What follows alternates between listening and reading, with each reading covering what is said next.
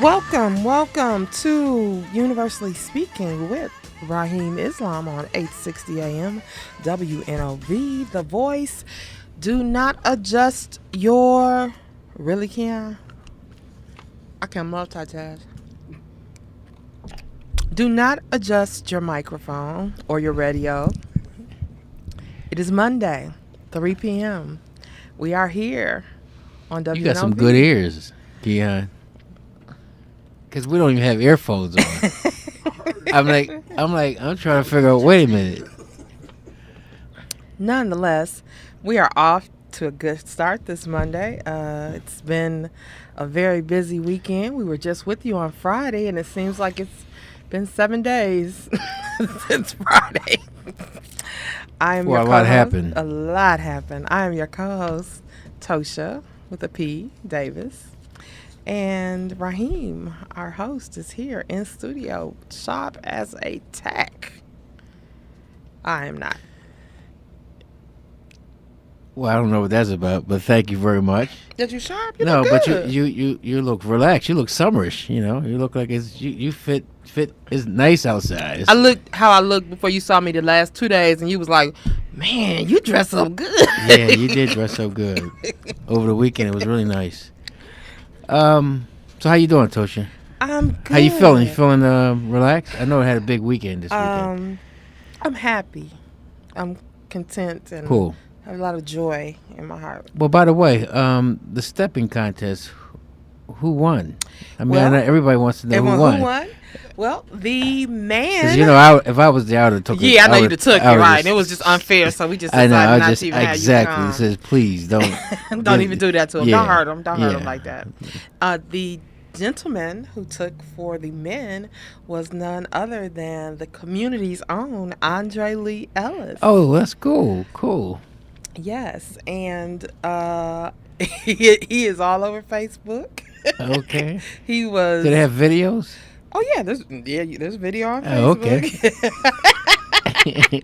He did an awesome job. I want to congratulate Andre. Hopefully, we'll get you on the show here soon, Andre. Not to just talk about stepping, but also about all the other things that you're doing. Oh, sure. Andre is in awesome. The community. Yeah.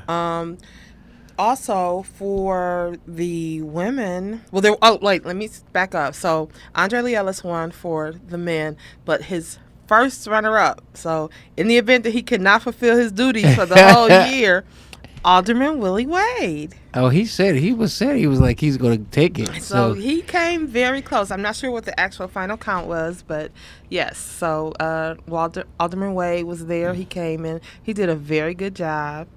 Looked very smooth. It must be something in that Wade, you know. So that was for like a fundraiser or something? All the proceeds from this was done in honor of Edison McCants, who is Lisa Smith McCants' husband, who passed from cancer, and all the proceeds from this benefit are going to the Aurora Cancer Care Center. Oh, okay, great. So great. It was a sold out event, over 600 people there. Oh, great.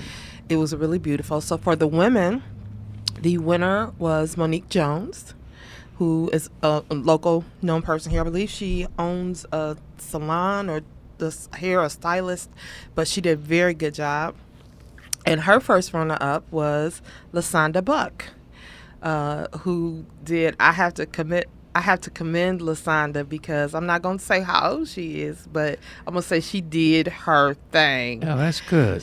So it was a wonderful evening. Everybody did a wonderful job. Nobody failed. Well, I think we talked about it before we go to our libations, but we talked about last week about this movement and that we got to figure out a way to do good, you know, have fun, but also advance the mission and advance the cause and keep the movement alive. And bring us all together. So in that room, socially, was everyone from the mayor down, people from Chicago, people from Atlanta, people from all walks of life. It wasn't just the stepping community that was there. Right. But everyone was there. And, you know, elected officials, just everyone. It was really, really a beautiful event. It was really beautiful. And where was it at? Potawatomi Hotel. Oh, okay, right, the hotel. At the hotel. Okay, great. Yes, and we had Universal was a sponsor, table sponsor. Urban Media was a table sponsor, and Eugene Smith from Jeans Lanes and Lounge was also a table sponsor on my behalf. So. Oh, that's great. That's great. Congratulations. Great event. I wish I could have made it. Well, we didn't want you to hurt them. I was tired. No, we didn't want you to come in there and throw some Philly. Yeah, I was going to bring Philly in there. Yeah. They might not be. We said the Philly dog. I was going to bring the Philly dog in. Keon asked me that I know a Philly dog. He's like, is it a Chicago hot dog? Is it? First of all, is it a terrier? Is it a German Shepherd? Is it a pit bull? Well, what is it? No. Oh, he says it's a dance. I was gonna say, is it a Chicago style hot dog? But you put some peppers and cheese on it. I'm sorry. It's Philly. It's Philly version of the cheesesteak. It's a cheese dog. So, and all that said, it was a huge weekend. I want to make sure we get to our libation. I'm gonna let you do it because I think I might start crying if I do it because the weekend was that full. I think this whole issue of cancer is something I think we talked about it going into this weekend, and I really came to a conclusion that we were wrestling with a year-round program at Universal, and we had talked to Mr. Jones, and we had talked about coming up with a concept called financial health, but financial health means nothing if you don't have physical health. Physical health, exactly. And so we were talking about how do we merge the two together. That came out of this weekend because of the first event I was with you at the Pfister. Oh yeah, so that was the Leukemia and Lymphoma Society Man Woman of the Year Gala. Right, and I raised $400,000. If I learned quite a few things. I mean, it's only there for a few minutes, but I learned so much there. Just the one that people care, number one, and also when I seen that little boy, it really tore me up. It connects. Well, I'm constantly reading about atrocities and looking at atrocities, and I look for a specific, not because I'm, I like looking at train wrecks. I was gonna say, well, you just got to no, right. No, I'm looking at the human response, right. And the trauma associated with these human things that take place because of the impact on lives. Well, and families and it's just phenomenal. and sometimes we just underestimate it because it's not happening to us, but it happened to me. Yes. And I had no control. I had to work through my son, which is my grandson, who was diagnosed with leukemia. And going through that whole period, I was just so devastated. Because you feel helpless. Well, you are. You're totally helpless. You're in the hands of good doctors and people really care. That was beautiful to see the human spirit.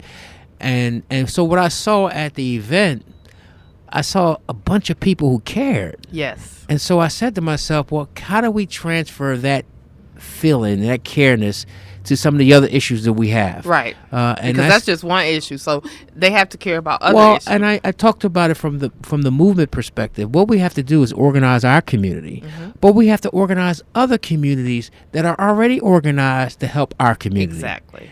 And I think you had some conversations with some people there about that. Well, Anne-Marie, you connect me with if there was one person or one if it was worth it. I mean, first of all, it was more than worth it. Just seeing the little boy, I was. Here's a boy couldn't have been no more than 5 or 6 years old. He just had his 7th birthday on 7. Last well, week he's a Monday. tiny little something. Yeah. But I mean, he was just full of life. Have no idea what he just went through. What he just went through, or what life is, and that many have not been able to make it through. And so when I saw him, I said, well, this was all worth it. This was what it was all about. And so people coming around trying to raise money for, to fight leukemia. And you were right there in memory of your daughter who passed away, unfortunately. So you are living testament to this deadly disease. Yes. and your children, your other children, Yes. your parents, your grandparents, everybody connected. It just, everybody kind of like, all right, well, you learn how to, I guess you learn how to manage the situation. As a mother, I don't think you ever, get over it, because you never get over it. You just get used to it. well, you learn how to manage, but very few people are asked, others in the family, how they doing, Right? How did it impact you? How they impact it, So the mother and the father get the first one, is understandable, Right. but the siblings, Right. I mean, they're damaged. The grandparents are damaged. Yes. So this is some serious stuff going on. Friends. Think of classmates. Well, I friends. I didn't even go that far. Right, But I'm just saying, we don't clearly, think of that, well, right? it's Yeah. traumatizing, and so that's what I was looking at. That's what I was feeling, and so to support something like that, and your efforts, I think, like I said, when I seen you doing what you were doing, I looked at that as your therapy. It is my therapy, and I'm so proud to have been chairing this event now since 2012, and until they kick me off, I'm gonna chair it every year. We'll probably hit $500,000 this year when everything is all done. So to be able to raise $500,000 for research, so that other mothers and other families and grandparents don't have to experience what I experienced, is what I will do until I take my last breath. Well, I think one of the things that you talked about, you and the regional Anne-Marie who's one of the regional, I guess, executives, talked about some of the proceeds from previous or fundraising efforts that Yes. supported the cancer research in Philadelphia. Yes. At CHOP. Yes, so That- we raised research here. We did a research project here that was actually funded from LLS, and that actually was implemented in Children's Hospital. When you say CHOP, that's Children's Hospital in Philadelphia, and those things that treatment actually has now saved, I don't know how many children, because only a few children have had it. I know your grandson And my was grandson, one. right. Your grandson right. was one. 10 years old. Yeah, and we are so proud that here at the Medical College of Wisconsin, we funded the research here locally. Well, he will never for know that. it. I mean, he Right. will never know it, and his parents will never know it, and I would have never known it had I not been there. The people behind the scenes who are trying to help, people that don't even know. Exactly. And so I think that one of the things that I say, I don't get too spiritual. I try to get my I know spiritual. you was kind of spiritual this weekend. Oh yeah, why? I'm just kidding. Well, I'm just messing with you. I'm always spiritual, You are but always I don't. In fact, not religious. I'm Stop not. I'm not drunk, Right. religiously drunk. Right, but you are spiritual. But if you gotta factor in and try to rationalize and look at the Creator, and you look at the Creator, and the Creator's is just however way you slice it or dice it, just got to be this holy, awesome. Our mind's eye, we really our mind can't comprehend. But to the level we can comprehend, there's no accolade that we can give to the Creator. Exactly. But one we can give fair and just. And so if you look at our little babies who we lose, and also others who we lose through this disease called cancer, or some untimely, you go, you're riding high, next to somebody calls, say go to the doctor. You go to the doctor, you get diagnosed with colon cancer, breast cancer, lung cancer. And one of Andrea Williams, Right. one of Andrea Williams' father, just passed this Wednesday. She was one of the contestants, was not able to be there because they're actually having the funeral today. Well, so it's just a turn of events that none of us can predict. But when it happens, you got to ask yourself, well, what's the flip side? So the flip side to me, and this is where I get spiritual. There is in a number of different religions that to transfer from one dimension to the next generation is a very painful process. So what I'm told and what I kind of glean towards all of my studies is that if there is this next dimension, which there's to me, there's no Proof. well, there's no proof, but there's so much proof that it is. Right. That there's it's the likelihood that it is. Okay. You know, there's no absolute proof that it isn't, but it's definitely a whole lot of support that it could be. No question about it. And that the transition is the pain that one has to absorb in this life to make the transition to the next life. In many ways, these victims are special. And They're blessed because they're giving that and they're living that, and they're almost, it's like an investment. Exactly. And they didn't have any choice of it, so they had an investment. And that's for young and old. But for young who don't get a chance to live out the life, you know, that expectancy that normally we all take for granted. For young people, I'm told they're guaranteed a place in heaven. Guaranteed. I mean, so it's not so if there's a next life, which I believe there's a next life, and all indications point that there all is. Religions, It points to a next life. The young people, and that's what I held on to when I was confronted with my grandson, and how was I going to handle this? How was I going to deal with this? How do I absorb this? What do I do? How do I comfort my son? How do I comfort my daughter-in-law? How do I comfort my other grandchildren? And so I comfort them by saying that, one, we have no control, and two, we have to see this as a blessing. Exactly.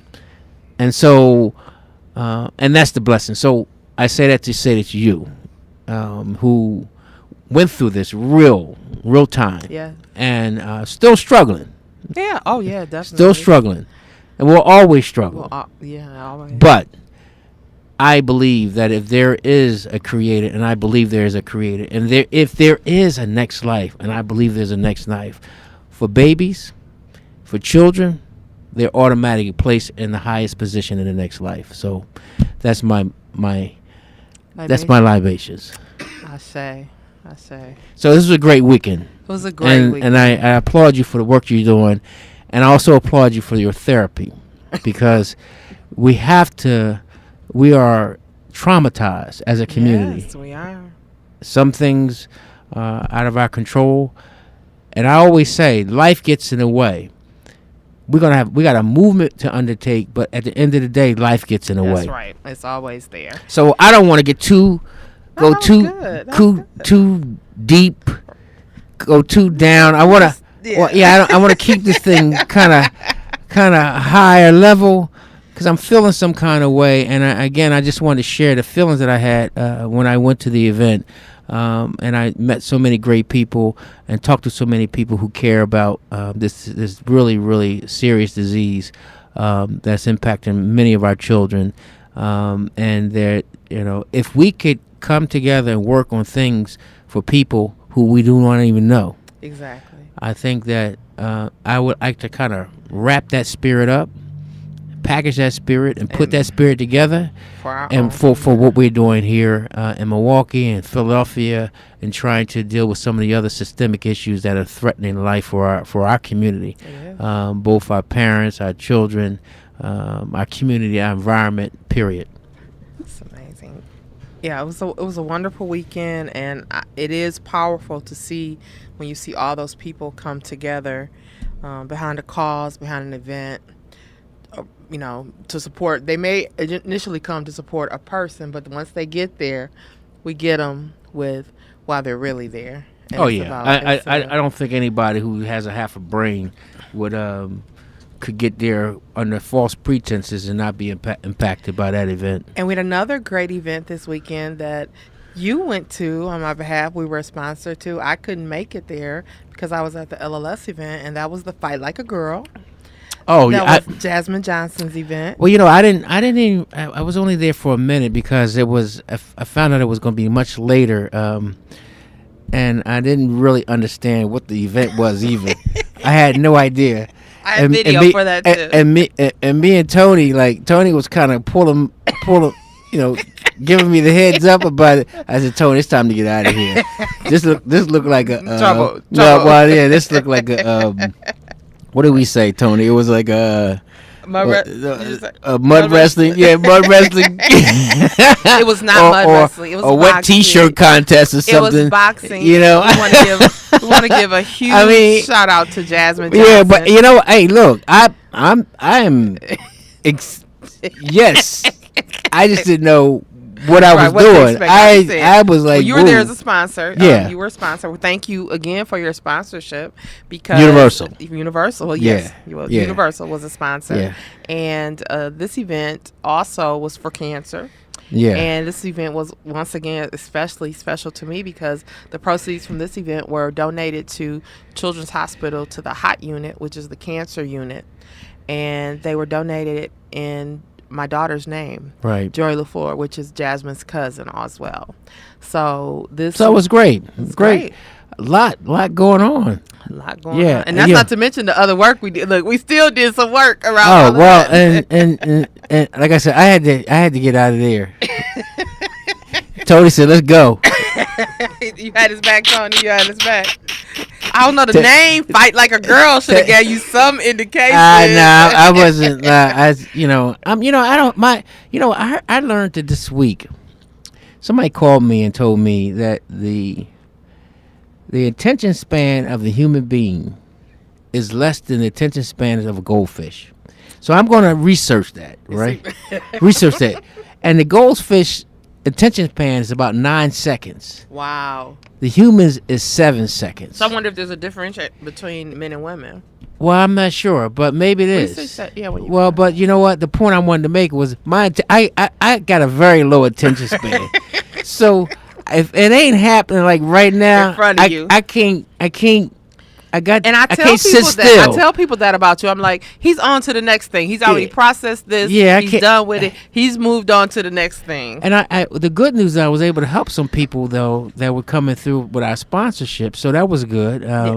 And so I'm really glad that Universal was able to sponsor it, and I'm also really glad that that the proceeds were being donated in your daughter's name. So that's great. That's really good. That makes me feel good. No matter, even if it was a wet T-shirt contest, just on the poster, but it was the cause, or mud wrestling.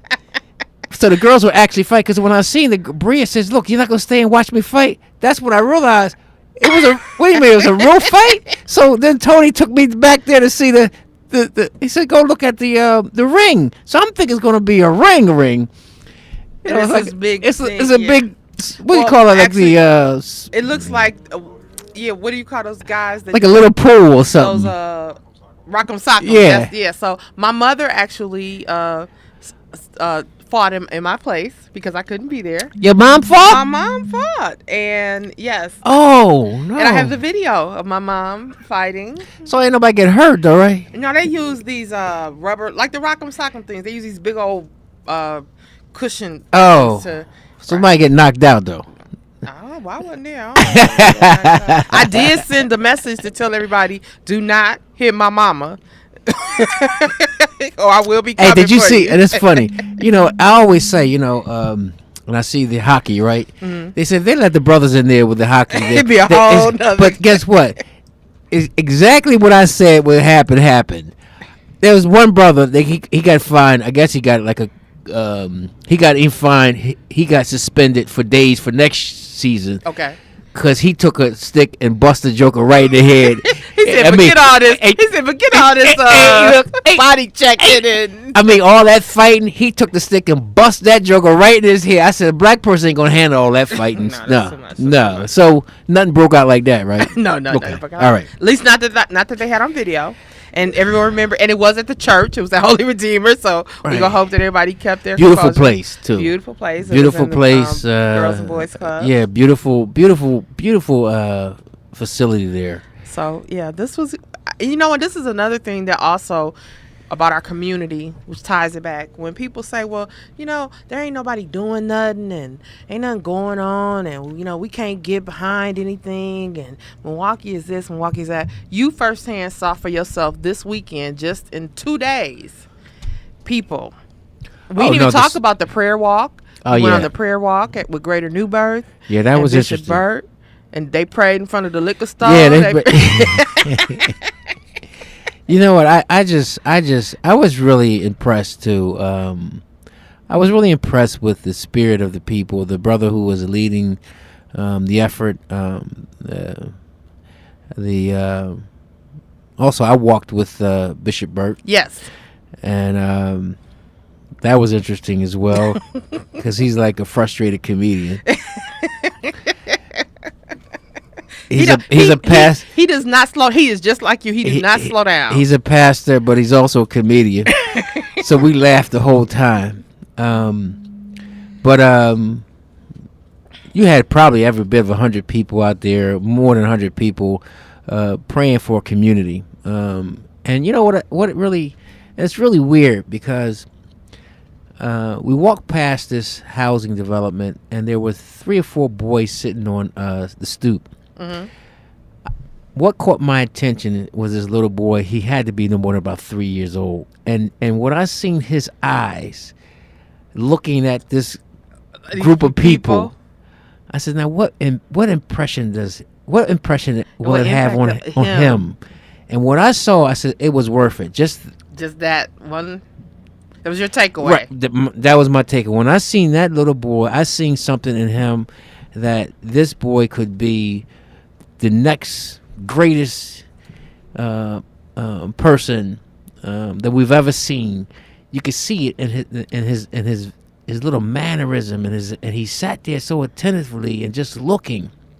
I said, "Now look at that. What is going on in his head? Is he gonna remember that? And what impact? Oh, he's gonna remember it. He's gonna remember it. There's no question about it. The question is, what impact will it have on the sequence of things that's going to like roll out his life? Exactly. But clearly, that could have been a big one. And when I was in church yesterday, listening to the pastor said one of them that's shake the person's hand next to you, because that's the person right there could be the provider of something big for you. So opening a door. Oh, was I going in? Because I don't remember you shaking my hand. No, well, yeah, you was going because there was a lady next to me on the other side. She helped, and we got kind of tight. Okay, good. Afterwards, because she brought her Bible out. I said, well, let me read that. Okay, every time there was a scripture spoke about, she got a Bible out. She got I said, and the good news is the print was so big that I could read it. I could read it. But I was like, I'm reading, and I'm saying, okay, well, I guess that's what it means. But the bottom line was, the message was basically that you never know. Right. You just never know where your blessings are going to come from. You just never know, but you cannot deny them. So you got to keep the pathway open at all times so your blessing can be received, because you never know where your blessing is coming from. So that's basically was the message. And that's the message that I had when I seen that little boy. That message, I said, you never know who this little boy is going to turn out to be. Now, it was 3 boys on that stoop. That was the boy who caught my attention. Okay. So something in him that stuck out. Absolutely. So there was a lot going on. You did a lot. You did prayer walk. You went to Greater New Birth. You went to NAACP meeting. Yeah, that was a big meeting. About education. We'll talk about that when we come back from the break. I don't even know if our community is fully aware. Oh, they don't. They have no idea right now in Milwaukee as it relates to education. Milwaukee is always the hotbed of education issues for the country. So how goes Milwaukee is usually how goes the rest of the country, even though this particular issue is happening in some other states already. So we're going to talk about that when we come back from the break. We are definitely going to talk about where is the black leadership and witnessing it in Baltimore last week. I believe we have another special guest that'll be joining us in the 4 o'clock hour. So please call in to join the conversation, 414-444-5250, and we'll be back after the break. Welcome back to Universally Speaking with Rahim Islam. Gladys is awesome. Gladys is the business. Good God ain't Almighty. She? Boy. So when you're faced with a choice of sitting it out or dance, I hope you dance. You know what? I learned a lot this weekend from I don't have that side of me got to be bolstered. Right. We got to. I'm like a soldier. I know. You know, I'm like so I don't get too excited, you know, but Right. I seen some excitement, and listening to Gladys, that was just phenomenal piece. I never heard that before. Beautiful song. Most people will probably remember it from the Tyler Perry movie A Family That Prays with Alfred Woodard. It is a song at the end when her I can't remember the lady's name, the actress Kathy Bates maybe, but when she dies, Alfred Woodard this is the song that she plays as she drives off, that her friend left her and said, What a great whatever song. happens. And Boy, her friend, great song, great lyrics, but well-known country song before Gladys did it, but you told me Gladys is known for doing country songs. I met the one of the songwriters that did all of her great hits. Midnight Train to Georgia. Neither one of us wants to say goodbye. Wow. He's a country singer. He's a country writer. Well, but she when she get on it, right? When she put some Gladys on it. Boy, Gladys, what a voice! Boy, what a voice! Boy, whew. That's just like an angel. So we went out of break talking. I think we did a lot of stuff in the first segment that we talked about and we covered about pulling this community together and some of the different things. And I'm really excited that you had a good weekend here, because I think some people see that you come here during the week and you do all these meetings, but they don't always get to see that you are out and about in the community, that you live here half-time, part-time. And pretty much, yeah. And that you're out in part of the community. You know, you buy your groceries here, you shop here. I think about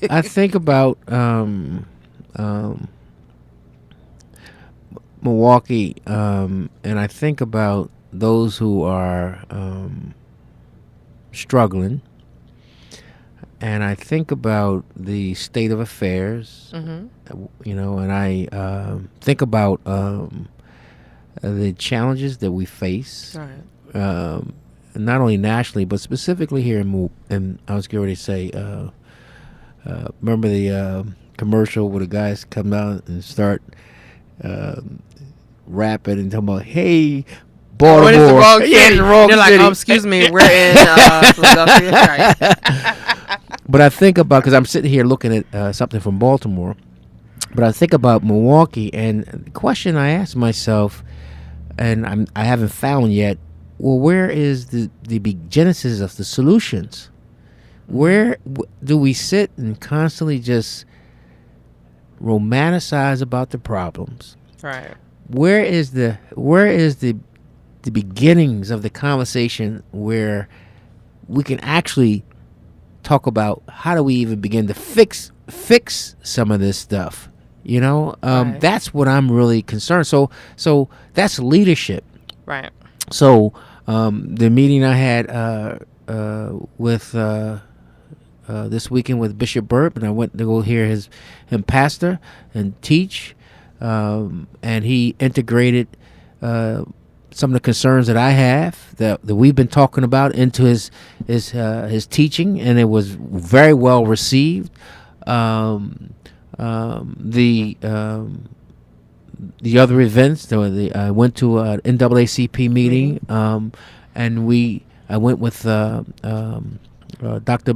Bonds, and I asked the question to everyone who really listens: if Dr. Bonds wasn't doing what he's doing, where's the backup? Where? Right. I mean, Where's Plan B? Where's? It should be coming at him from all. It should be coming at him from every different angle. And what's at stake though is so big and so huge that would have so damn an effect on the community down to one person. Come on. Fighting So, for it. so the NAACP, and when I spoke to them, they have not the capacity to handle the tsunami of issues that's taking place in our community. Right. They don't have the capacity. They've done a remarkable job Right. keeping these people at bay. But now, this thing is coming like a tsunami Right. of issues. So, yes, I live here, and I'm concerned. I have employees here. I have students here. And I can take the position that I am a stakeholder. Exactly. And what happens? Right. here? So my position is, what are we going to do about it? Exactly. Even the article that I wrote last week, where is the black leadership? I'm really challenging the black leadership. You're not leadership if you're not thinking about these. If you're not trying to bring a genesis, some cultivating some kind of strategy to deal with this issue, then I don't call you a leader. I call you a self-appointed leader, but you're not a leader. Or a placeholder. Well, guess what? Our people need a leader. Exactly. They don't need a halfway Right. or a quasi or a Wednesday leader. They need a 24/7 leadership, because the issues that are impacting our community are absolutely critical, and they're critical to the survival to us as a group. And so if we're not having black men and black women trying to come together to have a sober conversation and figure out how we get out of this mess, then Milwaukee, you have no leadership. And Milwaukee's not the only city. We're going to take a call. We're going to come back because I want to talk to you about this issue. I think there's some people that have no idea what we're talking about, Rahim. Thank you, caller, for being patient and holding. You have a question or a comment? Yes. Good afternoon, Miss Davis. Good afternoon, JT. How you doing? I'm good. How you doing? And Miss Davis, Yeah. as far as this is kept, and excuse me for saying this for now, I think it's kind of related to me. Miss Davis, either your grandfather or your husband or somebody, you have to be related to me, Miss Davis, some kind of way. Well, I'm not sure, but first thing we're going to correct over the airwaves is I do not have a husband. I'm sorry.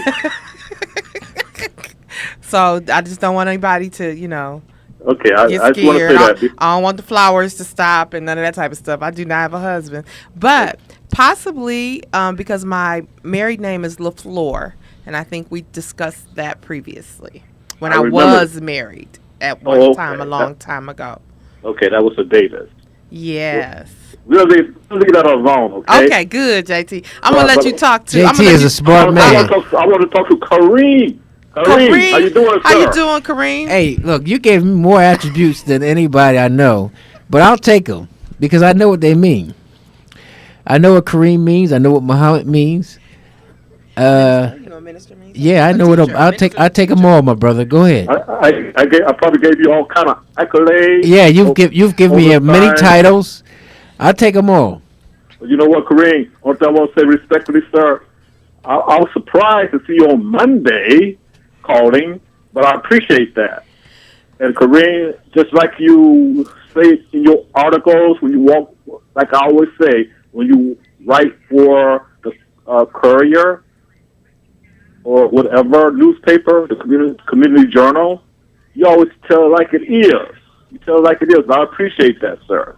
Thank I you. know you're going to have a guest in a minute, but I just want to say thank you so very much for your tenacity, and thank you for your strength, and thank you for just being a down-to-earth people. So I just want to say that respectfully. And Kareem, sir, I just want to say, we can always tell people what to do, stuff like that. But sometimes you don't get the information because the people that really need it, they're not listening to this radio station. So what I'm saying, I know you've been doing an excellent job trying to get the information out, as far as us trying to survive and try to vote or however try to live. But, sir, I don't know, is there a magic pill or something, or is there something that we can do a better job, even me, including, okay, even me, including, is there something that we can do better to get the information out to our people that really need it, so we can be a strong people and stand up and do the right thing for ourselves, because, we don't want nobody to give us nothing. Hey, open up the door, we get up ourselves. Excuse me for sounding like James Brown. No, Kareem, I'm just saying respectfully, sir. Okay. Thank you so very much. But I'm just asking this question. Is there a better way that I, besides yourself, is there anything I can do to help get the message out more importantly, as we need it? Sure. And do a better job. Thank you. And I will listen, and I will hang up and have a good day, sir. Thank you. You too. Have a great day. I think the most important thing that we all have to do, and is and I'm really pushing towards this whole concept called the word of mouth, establishing a movement. And I think that we haven't really been a lot forceful, because we've been working behind the scenes, making sure a lot of things are, our I's are dotted, our T's are crossed, and things are in place. Make sure the infrastructure is there. And we're also using Philadelphia as a model. And so many of the lessons learned, I think, over the last year have now really created a real strong pathway for the direction we should go in, because on the same black condition that's taking place in Milwaukee is taking place in Philadelphia and Baltimore and Washington, you name it, wherever black people are. This is the same condition. We have a tremendous amount of institutional oppression, coupled with very bad behaviors. You put those two together, and you have what we have in Milwaukee, but you also have what we have in black life in America. So we have to increase the flow of information. We have to build and strengthen listenership on black radio. Yes. We have to create and strengthen readership on black newspaper. And we have been working for the last about 2 or 3 months. Kenny Gamble, and I have been working on a news TV format structure. So hopefully that come through. That help with the strategy. But also we've had tremendous amount of content that we've already developed, where we can talk about specifically the uniqueness of our problems, and with definitely with strategies of how we must begin to address these issues. But clearly, there is no getting around the fact of the matter that if we are to fix these problems, we must do them ourselves. There is no getting around for the concept of do for self. And what does that look like? How do we get step one? What's step two? What's step three? So step one is like, when a bunch of musicians go into a room, and the first thing they do before they start to play the script, they tune up. Yep. So what we're doing right now, Milwaukee, is tuning up. We're tuning up the leaders, the so-called leaders, the people who are in leadership positions. We're tuning them up that they must first be part of the solution. We're tuning up to the reality is that no one's going to save us but us. And if we're going to be saved, we must do it, and we must earn it. We got to stop the nonsense about what we want and actually prove it. You can't say you want to, I don't know. Just take anything you think you want it, but you're not. You don't work at it. Right. You got to put the work in. You're lying. You got to put the work in. You can't say you want something, but you don't want to work for it. You're lying. You're lying to yourself. And so we're doing a lot of lying. And so we got to figure out now, well, who really wants to do the work? Because this is not going to happen. This idea and concept that you talk about of getting the message out, getting the word out, getting people excited. Well, the movement is starting already. Things are happening. I talked also about, measuring progress. When you measure progress, if you measure progress from where you think we are, then you won't see the progress because you don't really know where we are. Right. That's not a reality. You're not doing it from a realistic right point of and view. So what I say is that if we start at zero, we're not really understanding. Back We got to in go the mood of- yeah. right. We got to go further.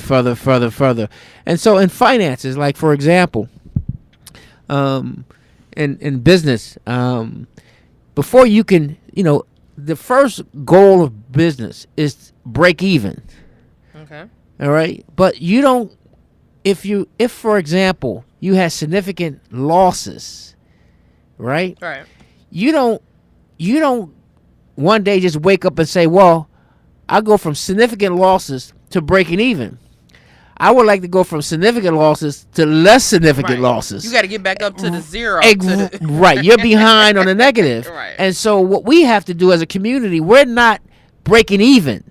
So you can't view whatever we're doing at the beginning because we're so far behind. We ain't even caught up. We haven't caught up yet to the starting Well, point. and I use the analogy that it's okay to be behind as long as every year I'm losing less. Right. So if I was losing $1,000 and I still want to move this business, what would give me progress and give me assurance that I'm moving in the right direction? So the next year I'm only losing $500. Right. Okay? The next year after that, I'm only using $300. But in order for me to get there, I have to have staying power. I have to be able to cover my losses for those period of time. But I also have to plan that's going to get me to break even.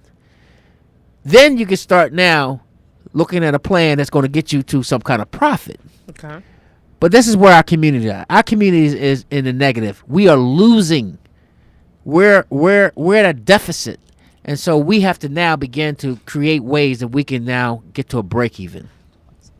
That was a great analogy from a CPA. Well, I hope people understand it. But as JT says, people understand what they want to understand. But I hope I can make it as simple as possible. That we got work to do. We got work to do. And if we're going to get there, we're going to have to earn it. If we're not going to get there, then hey, guess what? I think then at the end of the day, then we just talking. As James Brown said, talking loud and saying nothing. It's like a dull knife. Just ain't cutting. Talking loud ain't saying nothing. You feel what I'm saying?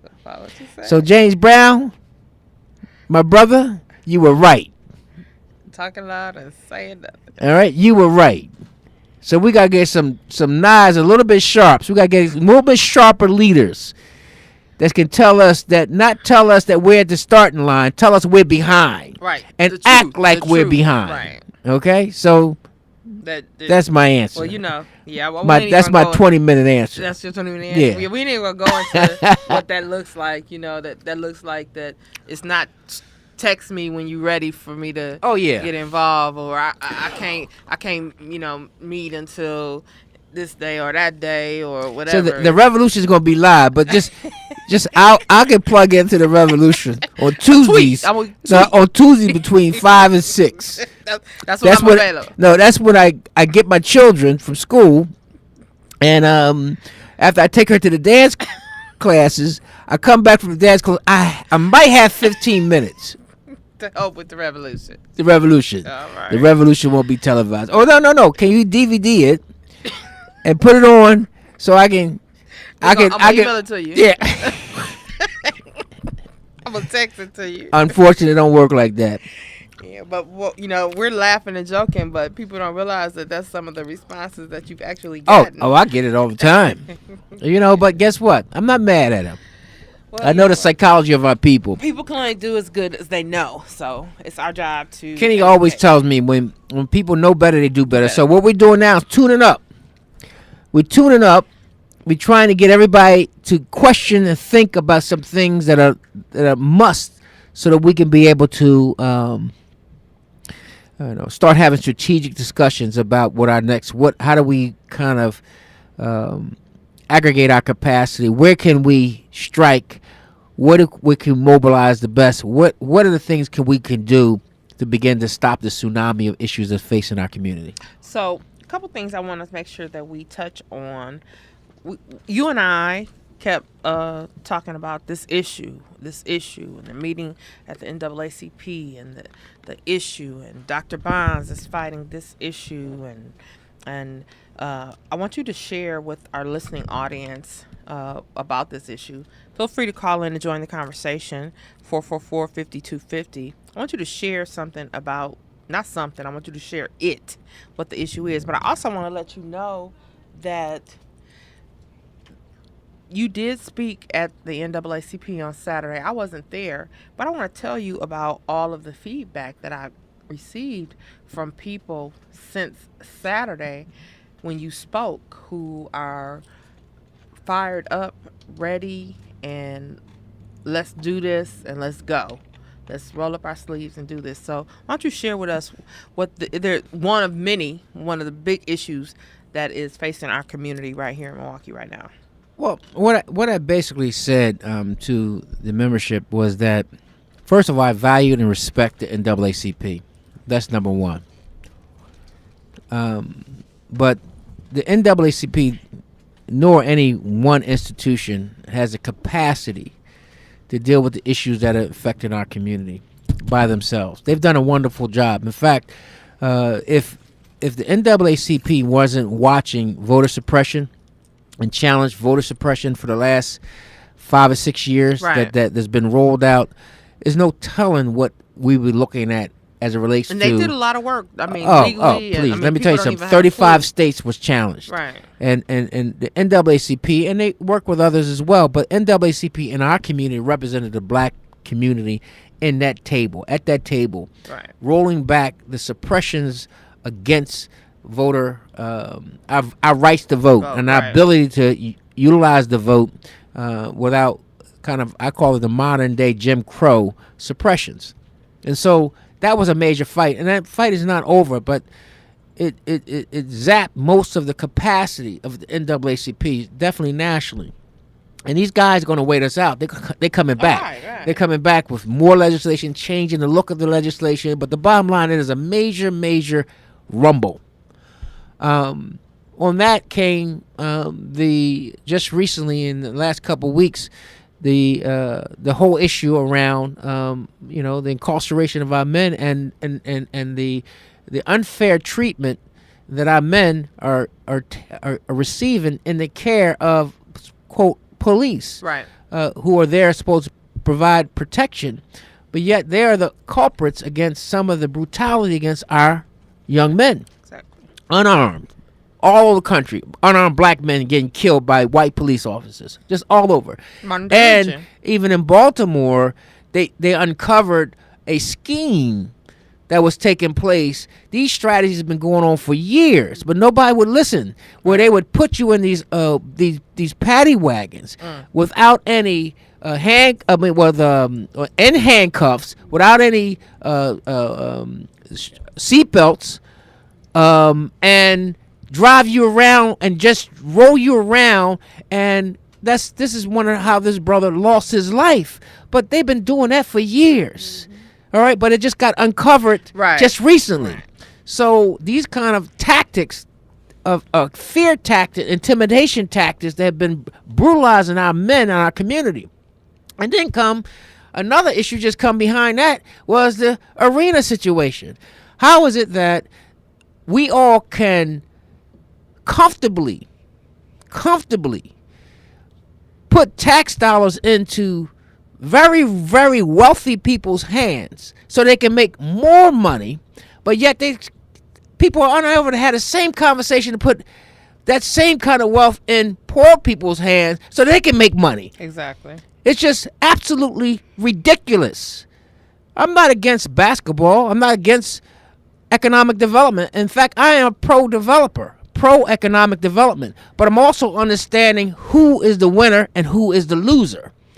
And then coupled behind that is the situation just taking place right here as it relates to the recovery or the recovery district that they're trying to basically, I look at it as another way to balkanize the school district. Now, I am not going to condone status quo under no circumstances, but I also know that ain't the motivation here. Exactly. It's split. Right. The motivation here is I'm hearing personal reasons why the attack is now to take the low-performing schools of the Milwaukee and to privatize them or to create a new district for them to be run by some outsider. They're not talking about any new money, any new resources.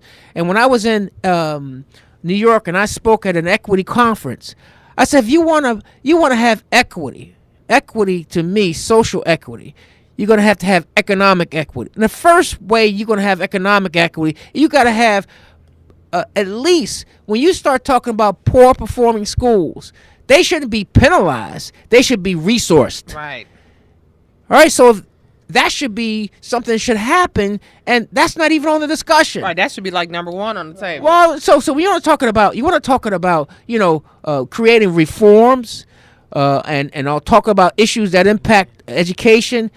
Cutting and balkanizing the school district is not going to do it. What the school district need is additional resources. Now, you can hold them accountable, you can have mandates, but that should be the first part of the discussion, and that's not. So the point I'm making to the NAACP is these issues are not going away. They're coming like every week. They're coming. These are huge issues. And the question is, where is the strategic thinking? Now, also uncovered in that meeting was some other issues that are taking place to undermine black organizations, to weaken economically other black organizations. And they do it not say, well, I'm going to weaken this black organization. They raise the threshold. They raise the standard so high that we are unable to achieve it. And then under fairness, under equitable, under free speech, under free capitalism, we are not able to compete. And as a result, we're losing ground.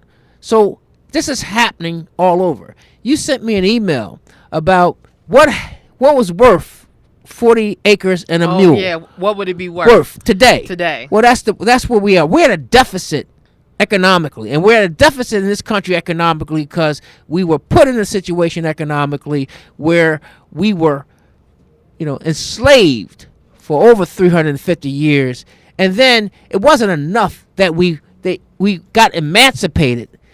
Every time you look up, they come after us. Every institution they used to suppress us, and it's now, as my man said, Reverend Sharpton said, we don't have to worry about Jim Crow, but we got to worry about James Crow Esquire. Well, we have a guest that has joined us, and she is chomping at the bits to get in on this conversation with you, Rahim. And I know that you and her have some really good conversations as it relates to issues in the city and the country. And so we have joining us, actually, Bria Grant. Good evening. Good afternoon. Good afternoon. Hey, Bria, how you doing? I'm good, and I'm sitting here like, oh wow, that's so awesome, to hear. We definitely have these issues, but I like to. Some things you can't do anything about, right? It's out of your control. The systematic issues, we have some control and some power, but there is a lot of personal responsibility and accountability that we have to do in our community that isn't happening, that's preventing us from better positioning ourselves. Yeah, that's why I said we have institutional issues that are after that we got to deal with, but we got some behavior issues that we got to deal with. And one of the primary things that is very near and dear to my heart, because I'm a mom, I have an 11-year-old and a 4-year-old, is our educational system. So here we have this issue, right? Because we have a Republican government here in Wisconsin, and when they present something, for the most part, they have the power and the authority to get those things accomplished. Why? And Why? Why do they have the power and authority? That's the first thing. I understand, that people. We gave it to them. Yes. We people. They voted. took it. Right. Exactly. Right. Well, you can't even say they took it. We didn't Right. act. Well, yeah. We didn't act. Right. So, we almost gave it to them. Yeah. Yes. Almost. Right. But what I'm saying is And that we wake up and say, "Damn, what happened? Why are they implementing these policies?" And well, guess what? They clear. Yeah. And while we're saying why, my thing is, okay, you can say why, but simultaneously say, okay, this is an alternative. Because when we come, for instance, there's gonna be a meeting this Wednesday at the NAACP at 5:30 about the policy, the legislation that Dale Kayunga and Alberta Dowling are presenting. And my thing is, okay, they're gonna bring to us what they're saying. Essentially, you're just gonna shut up and take it. What are we saying? This is an alternative. How are we presenting a strategy, right? Because we can't continue to be reactionary. We have to start saying, let's make steps. I heard you on my way over where you say, if you're in a major deficit, you're right. You say, okay, next year I don't want to be as far as in debt. Right. And then the following year you hope. Take your personal life. You able to say, Dag, I'm really not making enough money. I'm spending. So what you do, you cut your spending now. All right. So you start your behavior. You change your behavior. It hurts. All right. So that means you can't get your hair done as many times as you want. You can't get your cleaners done. Yeah.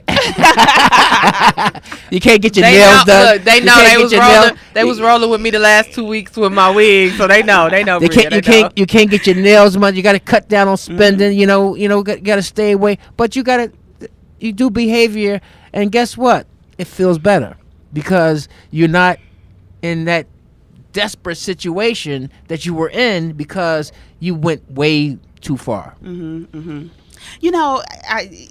trying not to go in rabbit trails in my mind, but so many things, start pumping up. And I was just thinking as you were talking about we as a black community, I'm just thinking of myself as a black woman. I'm 31, a single mom. It's hard. It really is hard for me, someone who is I think I'm pretty conscious of my responsibility and my role in the community. I believe that I have a pretty good understanding as to where we are and where we need to go. And I think I can gauge progress pretty well, but it's hard for me. Being educated. And guess what? If it's hard for you, it's hard for those who don't have your skills and your capacity, your experience, your passion, and your access to opportunities. I mean, there's no question it's very hard. You have to trade. And so, but what we finding is, I don't know if you've seen the on Baltimore, they did a big piece on the two issues that were kind of percolating for the whole protest situation in Baltimore, and it was two areas. One was economic. Obviously, we all know that's a major issue. But the issue that really, on the economic side, that was really critical was the one where the absence of black men. And so, but the statistic that they actually kind of drilled in on, in 1960, we had black people as a community nationally. 90% of our families were head of household, two-parent head of households. Now 22% of so that 22% runs the gamut on socioeconomic status. So you could be, college professor, you could be a banker, you could be whatever, but you could also be on welfare. a welfare recipient, or from an income perspective, or having graduated from school, having very little high school. But it runs the gamut. And unfortunately, with 2/3 of our population either at poverty or near poverty, we have more of our population, of our women, in that situation. So it is absolutely hard. It's damn near impossible.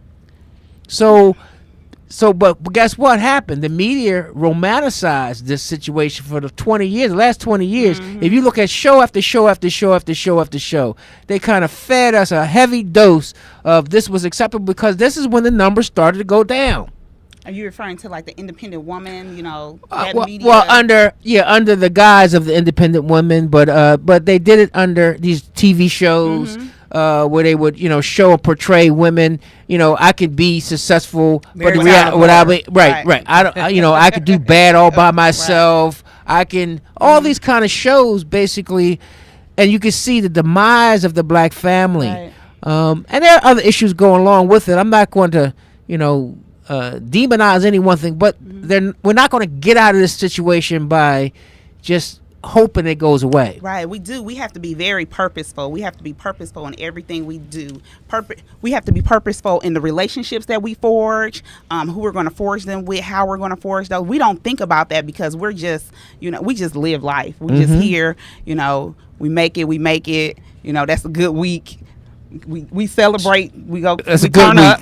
That's our celebration, but even think about that, right? Think about if we really put in context to, how our thinking is, right? We don't have the ability, the means to go and take a vacation, to rest from all the weariness of life, right?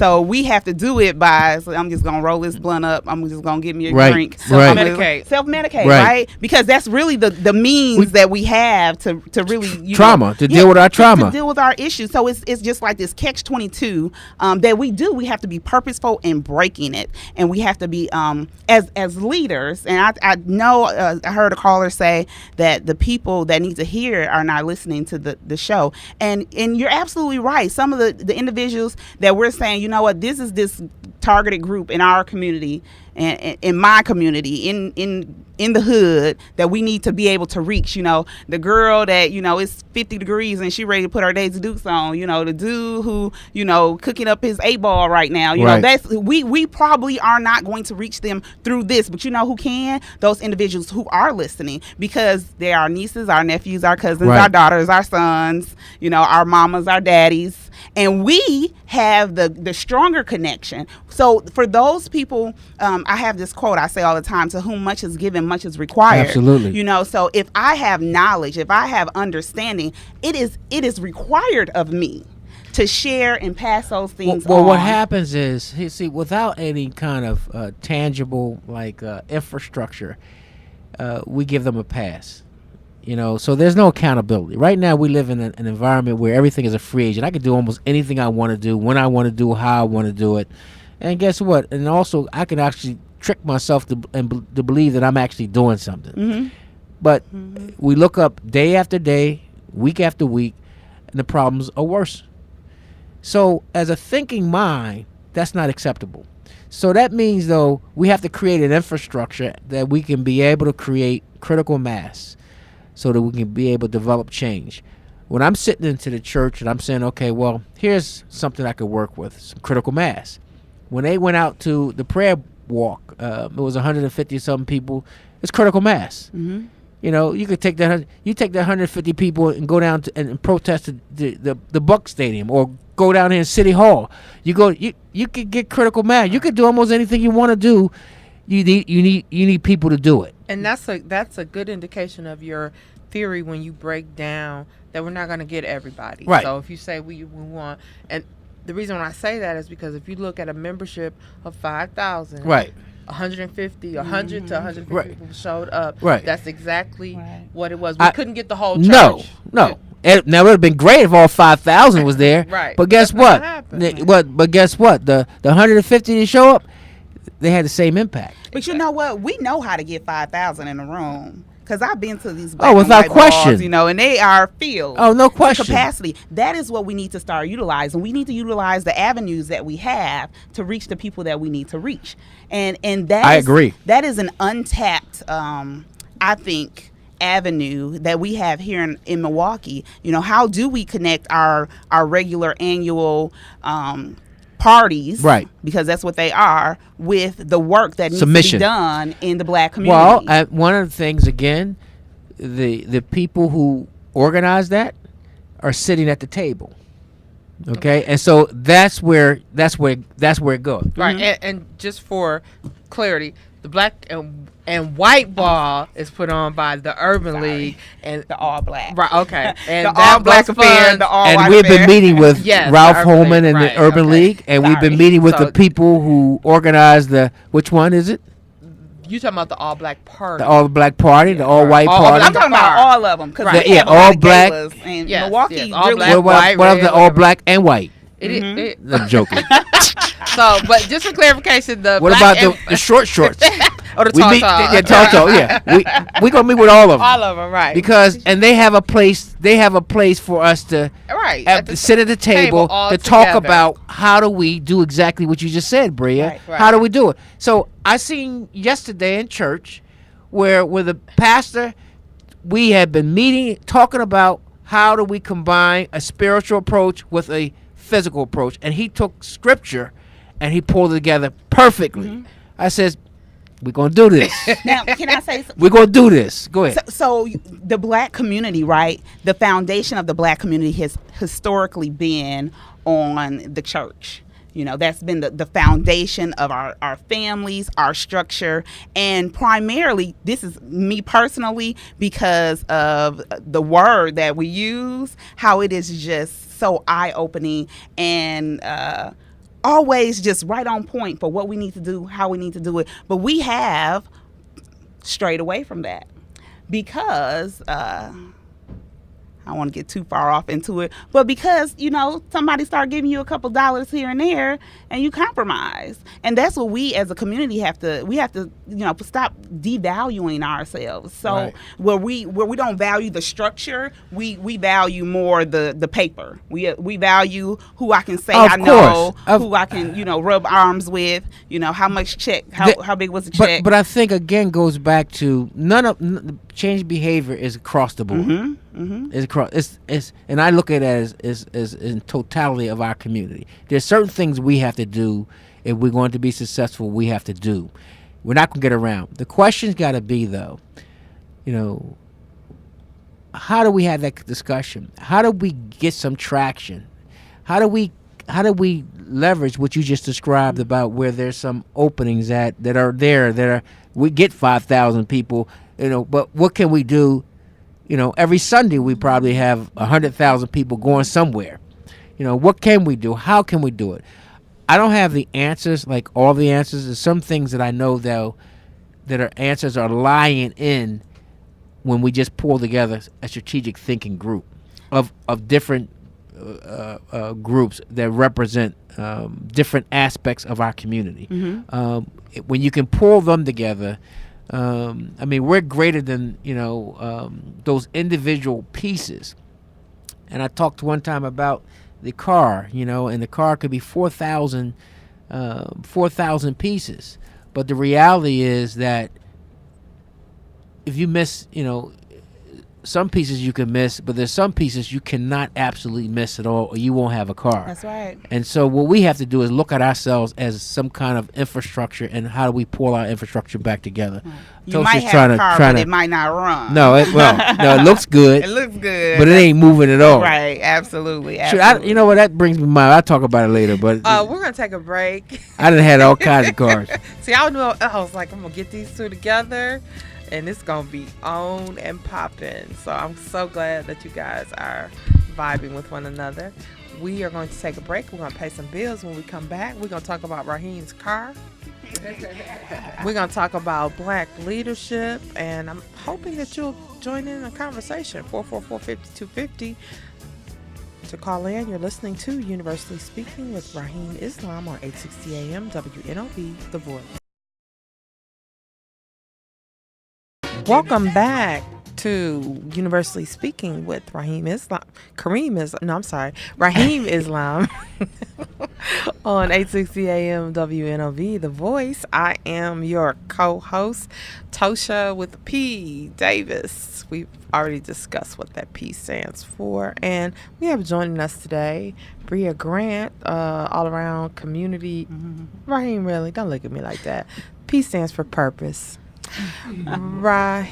We have Bria Grant joining us today. Bria does a lot of different things in the community. I know she's run for office a couple times, and she's an activist and a community organizer. And I'm so happy to have her as part of the Universal team working with us as well. So before I let the two of them get back at it on the mic, I was thinking about something that you just mentioned before we went to break. That has to do with the black family and the demise of the black family. And I kind of snuck in there and said, the Mary Tyler Moore show. But what I remember was I saw a video or something of a young lady, and she was an independent young lady, and she was going out, and she was, she couldn't wait she was getting her own apartment and her own car. And in the commercial, I was just looking and thinking, wow, that's what we glamorize. Right. That, I'm this independent woman, and she was so excited. She had her car, and she was coming back in at night, and she was doing, and I was like, wow, wouldn't it be great to glamorize having a husband, motherhood, and Right. well, husband, then motherhood, and then glamorize it, and that's the image that our young people saw, and especially our young girls, if that's what they saw, and that's what they were aspiring for was, wow, I want to get up, I still can get my education and go to school, and I want to get married, and I want to be a mother and raise a family, but somewhere there was this breakdown with women's rights and all that it became more important for you to become an independent single woman, and I can make it by myself, and I don't need no man, and that's just the wrong message that we're sending to our young, and it's up to us as women to change that narrative and to change that message so that when it gets out there is no, and even in talking to our sons, to let them know that no, that's not what I want a woman I want a boss. I want they call it a boss B, right? I want a boss B who no, that's not what you're supposed to want to be or what you want to get. It's a different reason why we were all created, and I'm not gonna get too deep and spiritual, but it's a reason why the woman was created, and it was a reason why we're here and why families exist. Because if everybody goes off on their own to be independent and a boss and whatever, guess what? It's an end to society. Right. Well, I think the thing that's what I was saying when I started writing about how the media portrays black people, and that was one of the areas that what are these subliminal messages that they really, really double down and tripling down. That was one of them, and it really goes along the line of the demise of the black family, coupled with public policy. Right. To support it. Right. The public policy. Well, you got to understand. So. The media sets the tone, and everybody else responds. Right. And so whether it be other institutions, whether it be the government, whether it be other quasi-government agencies, or what the general conversation becomes. And so the question has to be, and I think, Bria, one of the things I wanted to kind of put my finger on when I was having that discussion with, and we were talking earlier, is that we have no voice. Now, we have a voice, obviously, but there's no collective. Who represents what voice is right now champion the issues concerning the black community? Where's that voice at? And so we have to strengthen that voice. We have to rebuild that voice. First things first. And one of the first things we're looking at, like I said, we're tuning up right now. We're going to tune up for the next couple months with hopefully the launching of the Milwaukee Community of Leaders. And that platform will allow anybody who has anything to say to sit in a structured environment to talk about how do we now rebuild that voice. How do we get our voice back? Because we're going to need that voice if we're going to have any kind of change, because we're going to need that voice to be able to be strong and be collective so that it can be able to help us go after public policy, private policy, obvious discrimination, obvious racism, obvious structural bias. I mean, I can go on and on and on. I mean, it was obvious. So it ain't like we got our work is cut out for it. It ain't like we don't know where to go at to deal with. The question is, we're just going and we're not strong enough, so we have to get our voice back. Yeah, and I was going to say, again, in those strategic leaders and planners, we have to be purposeful in even taking a continued ongoing self-evaluation. So I don't know if you guys touched this already, but congratulations to Ptosha on her Stepping with the Stars. Oh, yeah, that was the first time. Okay. Thank you. So you did a great job. But one of the things I recognize within myself, like, I love stepping. Oh, my Lord, I wish I could step. I really wish I could. But I recognize the reason why I can't is because sometimes I have trouble. I have the man leads. Yes, the man leads, and I recognize. I recognize that about myself. And they tell you everything to do. They tell you when to turn. Yep. Oh. They tell you they when to move your arms, and I'm or just kind of like, wait a minute. Let's think about this I may not want to go that way. I might. Can we discuss this? No, you can't discuss nothing. So you totally have to, in stepping, the first thing you learn when you start to learn is that you have to totally submit to the man, your partner. No wonder stepping ain't take off.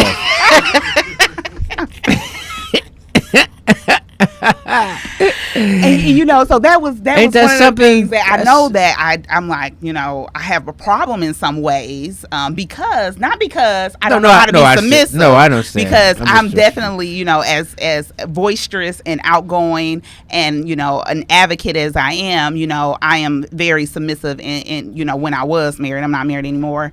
But got that, JT? She's not married. But that was important for me to recognize, Bria, if you really want to be successful in stepping, you have to let that go. But because I've had, trauma, at all kind of levels with men leading me, it's just like, nah, he gonna have me out here looking crazy. Well, it's a science. There's no question, and that's a lost science that's we're losing when we have. We traditionally don't have the role models of how men and women should act. Mm-hmm. We don't see healthy marriages. And right now we have the highest percentage of male and female who will never be married. We're almost at 43%. And the closest to us is 24% in the white community. So even if divorce rate is high, it's no problem. It affects us all. But that means you're getting married. You follow what I'm saying? And so if you're never getting married, you almost structurally make it even more difficult to create those healthy relationships. But and so it's a structural issue. I agree with you, and this is a rhetorical question. I'm not really looking for real answer. But what's the benefit of getting married? Like, what really is as a and I'm not saying this because I definitely want to be married. I want to be married again one day. We could have that conversation, but I think there is a ton of reasons why. But we just talked about really is not so much you, but it's also your children. And so the question that the more and more we get further and further away from the institution of marriage, what we're seeing is the effects of that now. In our community. We're seeing our children, our boys, act a certain way, which are socially. Okay, you see our girls acting a certain way, or they are easily led by things that's going to take them further and further away. So when you have a very strong, it's a science of a healthy marriage is a science, a healthy relationship is a science. The controls that are passed along or are taught in that institution, and children pick them up, and they socialize for them. And so you can always have the option whether or not you married or not married. But the bottom line is that when you're at 22%, and you have a mindset that a destructive mindset as a female and a destructive mindset of a male, and then you look at the outcomes in our community. Mm-hmm. you're not going to see. They don't go together. They go in the opposite directions. You're such an educator, Rahim. I figure you take me into this intellectual explanation. Thank you. I appreciate that. I understand that. I'm 3 times. I'm 3 times a failure myself. So I'm not no.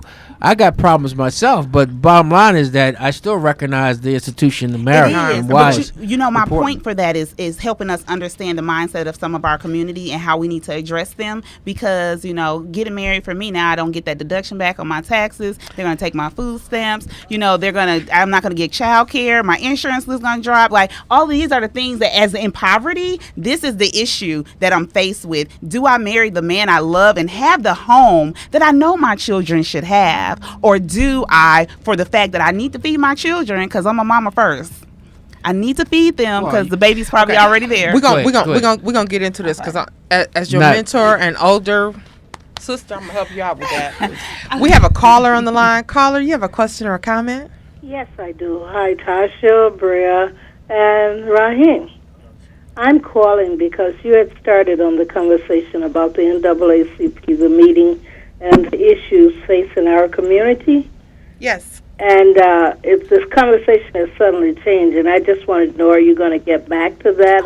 Is that the end of that conversation? No, it's all what we can do. JT called and he had a question, and the type of things that we can do to change our community, and I'm interested in that.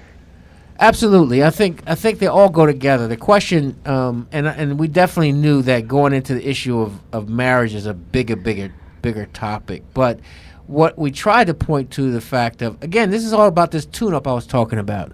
I'm not romanticizing the problems. That's one thing I'm not doing. There's some people who just can quote stats and figures all day long. I'm talking about it to the connecting them to real things that we say we want. We're going to have to deal with this issue. Male-female relationship, we're going to have to deal with it. We're going to have to figure out how we deal with it. I don't have the answer. All I do know is that the answer lies in organization and to address these issues. These are very, very toxic and very issues that are going in opposite directions.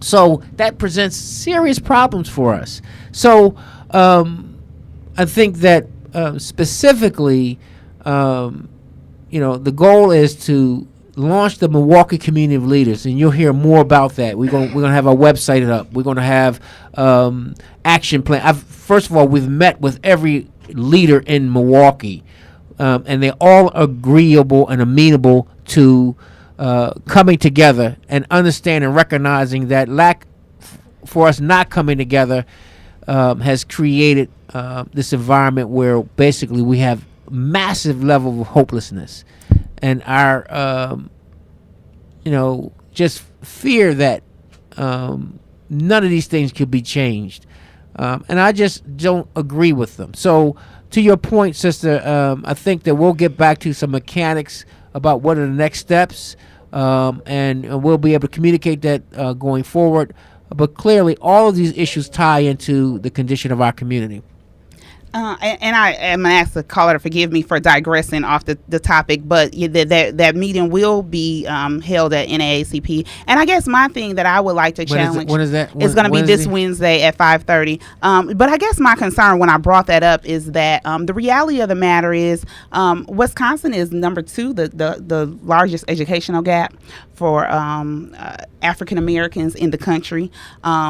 We have, I don't want to say it because people like to crucify you, but we have some very poor performing schools, and that plays a huge role. It gives them ammunition. Right. It gives them ammunition. And one of the things that I believe is really causing a great divide in our community specifically, because there were programs that were created specifically for our children, is this continued argument about public and choice and charter and, the venues of which you educate versus the quality of education, and saying, let's have a conversation about creating a fair standards all around the board, regardless of how a child is educated. And fair funding. And fair funding. Right, absolutely. Right. When you create the standards, then you can create the funding to go along with those standards. Thank you, caller, for holding. You have a question or a comment? Yes, I have a question, a comment. How you doing, Brother Rahim? This is Brother Rick. Hey, how you doing? And Sister Tosha. Do we look at some of these situations from the root of the problem, as mathematically, so we can understand how to solve the problem moving forward?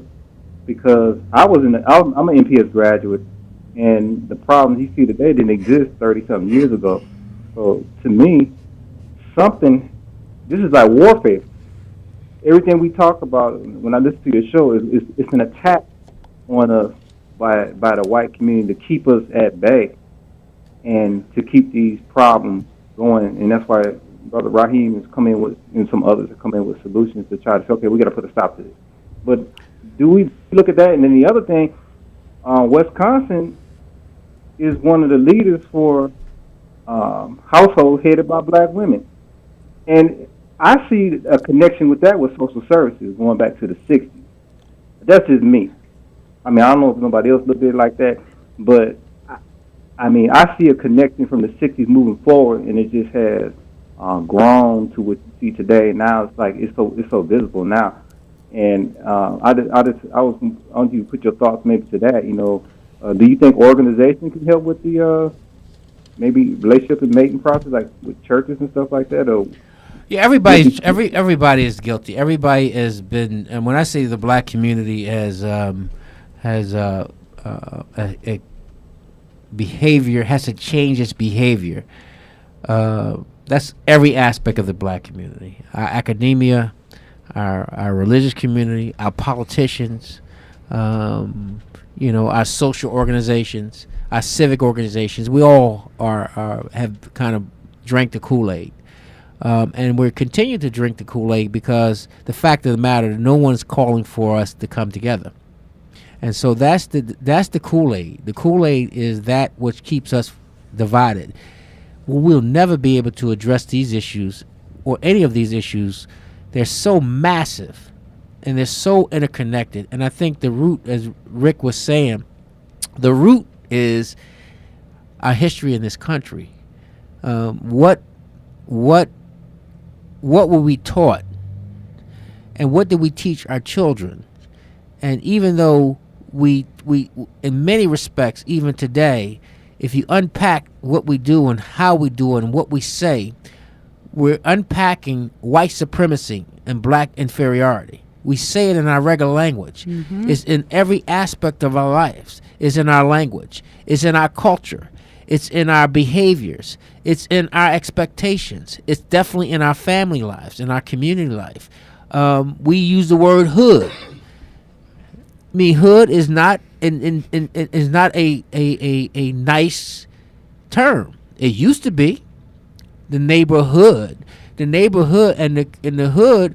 Well, before that, it was ghettos. So we've now kind of glorified ghettos and now turned them to hoods. But the reality is, what are we saying?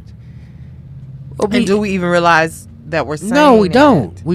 We don't, because we've now romanticized the problem and romanticized the language. But what we're saying, and to the child, when I was talking about earlier, when I seen that little boy that was 3 years old, you do not think that boy can comprehend these messages that are coming to him? Mm-hmm. He's coming to him at an alarming rate. Right. He's interpreting that he lives in an inferior place. Right. And no matter you say it, or you might not even say it, but what he's going to absorb is that he's living in an inferior place. And that is the message. So it is comprehensive, the issue that we got to deal with. So because we're dealing with, again, structural, institutional racism. And anybody with a half a brain can understand that that's what's happening. But we prepared and we're ready always to hold them accountable. But we don't want to hold ourselves accountable. Mm-hmm. We're not going to get out of this mess until we get ourselves out. We're going to have to dig ourselves out of this mess. We're going to have to figure it out, however it looks. If we got issues around marriage, we're going to have to figure it out. If we got issues around education, we're going to have to figure it out. If we got economic issues, we're going to have to figure it out. Whatever the issue is, whatever the problem is, if it's going to be fixed, we're going to have to fix it. And we don't have a shot at fixing it if we're not even understanding how we even meet and working together, how we put an agenda together, how do we pull our capacity together, how we work across different disciplines, how we work across different business sectors, how we have the religious community working with the economic community working with the political community, how we have all these communities working in unison so that we can actually get some change and some traction and some low-hanging fruit so we can get some wins, because we're also suffering from post-traumatic syndrome at the highest level, and we're also suffering from the highest level of hopelessness that we see in our community. Even the most accomplished black people who figured out a way not to even go into their community as best as they can, they exhibit the highest level of hopelessness. They don't believe that this thing can be changed. Right. And if they don't believe that it can be changed, how in the world the mother with 4 children at 18 years old can believe? She ain't even thinking about that. Or the boy that's out there chasing, trying to make some money with the image that he can make some money. I mean, I've been into those games. Very few people make money in that game. That's right. What you do is create a bunch of heroin or crack users or dope users under the guise of making money. But the reality, very few people making money. And the people who make money in drugs are the people who bringing the drugs into the city, not the people who are in the city. That's right. That's just not happening. That's fact. All you see is just craziness after craziness. You know, brothers dying and being shot up, being in situations they're not supposed to be in. There's nothing glorified about it. But if that's all you have, that's all you have. We got to change those conditions, and we're not going to change those conditions because we can quote stats, or we can run out different talk about the problem. We're gonna change those conditions until we build an organization, an infrastructure, a movement that can deal with these issues. That's right. And to answer the questions that have been brought up, I mean, I think you did an excellent job, Rahim, laying that out.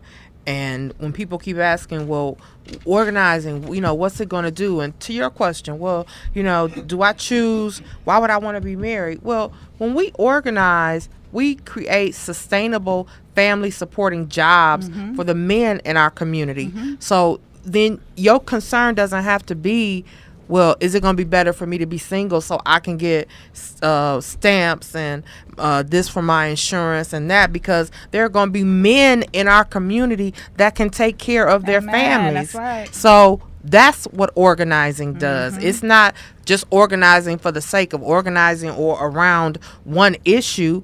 It's a process, and we're just laying the foundation so that our children, your daughter, so that it's men available that are not incarcerated, that have not been killed, that have jobs, that can support families.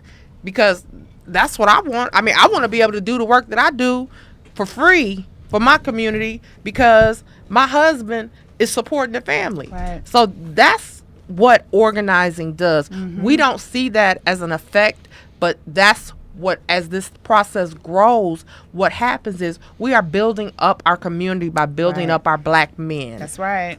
And one of the fundamental things that I think that are kind of anti-organizing that I've heard a whole lot about is our inability to trust each other. And so what that lies in a whole lot of different things. But what happens is when you start working with each other, that goes right out the window. And what you'll find there's some silly people out there, but for the most part, most people are out there trying to do the right thing. And when you start working in a collective, trying to address the issues of our community, you'll find that person who feels the same way you feel. And it's in that environment that you'll find that camaraderie, you'll find that brotherhood, that sisterhood. You'll find also your husband or your wife, because you're all on the same, same purpose. But a movement is, that's why I also say the movement also, you can have fun.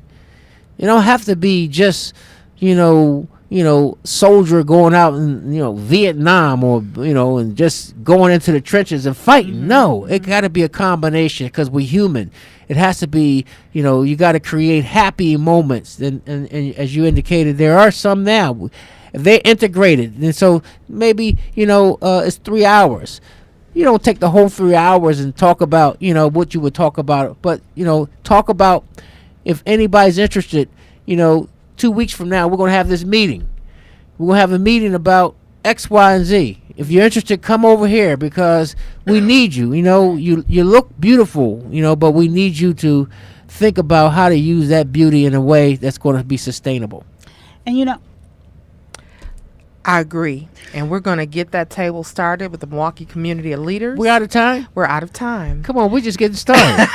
Bria, look, I want to encourage people that it's not given to the weak-hearted. You got to be long-suffering. It's not going to happen overnight. So we got to be patient and stick to the plan and the course. Right. Okay. So we're going to get that going. You'll be hearing more and more about Milwaukee community leaders. And I know you've been hearing us say that, but now you're going to start to see it. You're going to hear commercials. You're going to hear town hall meetings, and I know you guys have been waiting from that last town hall meetings. Every time Rahim and I go somewhere, someone says, when's the next one? We ready, and what's the next action? It's coming, Milwaukee. We just need you to be prepared.